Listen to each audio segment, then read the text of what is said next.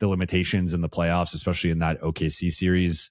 It's tough to, whether you're the Lakers or any other team. And I've also done this exercise. I've gone through every cap sheet. I've gone through every center rotation, and there's like a couple situations that could make some sense. Like, I don't know, do the Clippers or the Warriors maybe want DeAndre Ayton, and you could use part of your non-taxpayer MLE or whatever exception they have at the time, like maybe. But for the most part, every team has like either a set center or like a developing center, and DeAndre Ayton just doesn't really fit that. So I do think the future for him is more as a backup, whether that's with the Lakers or somewhere else. But as of right now, I would lean more toward him opting in. Again, maybe there's some teams that are going to overlook the playoff limitations and be like, hey, we think he'd be an awesome backup for us. But I also think it depends on like what he wants in terms of, I think he wants more money and a starting role. I think he still views himself as a starter, as we had the story in the middle of the season about not liking the Clint Capella comparison. Like, I think he still views himself as a starter who's worth double-digit millions. I don't know that role is out there for him unless maybe Chicago views him as like a placeholder, or again, the Clippers or the Warriors have some center needs. Outside of those teams, like I just don't think there's like a clear team that would want him as a starter. So I think it is a relatively limited market. There's also some better centers on the market like Kessler and Duren, and I think those guys are going to get the attention first and foremost. So I think based on how he ended the season, he got benched in both Game 3 and Game 4 against the Thunder. I think it's more likely that he opts in. But that one, I guess, maybe some team changes their mind or talks himself into him, going into free agency. But as of right now, I would lean toward him opting in. Completely makes sense. Let's move on to Rob Pelinka. During his end of the season press conference, he talked about they're going to look into hiring 2 AGMs, assistant general managers.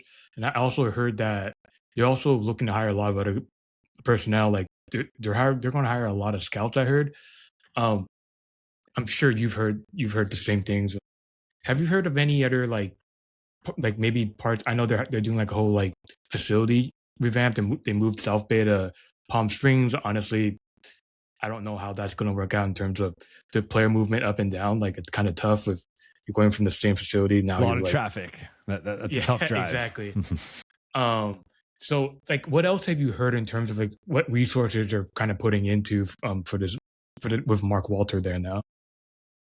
Yeah, so I reported on my show that around February, I started to hear that they were interviewing people and making additions to the front office, and primarily the scouting department, because they had some scouting turnover at the beginning of the season, and they didn't wipe out the entire department, but they did wipe out a chunk of the department, and it has now been about hiring and identifying scouts and building out the front office.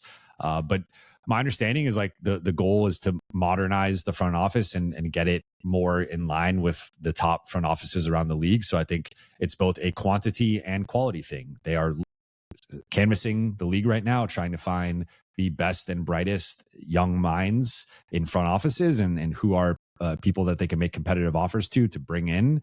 And I think it also marks a departure in how they've typically done things, where a lot of times it's been people within the organization have some sort of tie to the Showtime Lakers, the Kobe Shaq Lakers, the Kobe Powell Lakers. Like the Lakers are a franchise that really likes celebrating its history and working with people who have some tie to the organization. But I think we're going to start to see here with the assistant GM hirings and some of the other hirings once they become public that they are going to be bringing in people with no prior experience or rapport with a Jeannie or Rob or anybody with the organization. So I think that's going to be important to just bring in some new voices. But my understanding is it's both quantity and quality in terms of beefing up departments and having just more bodies overall, but also bringing in upgraded positions and just spending to bring in the best and the brightest, similar to what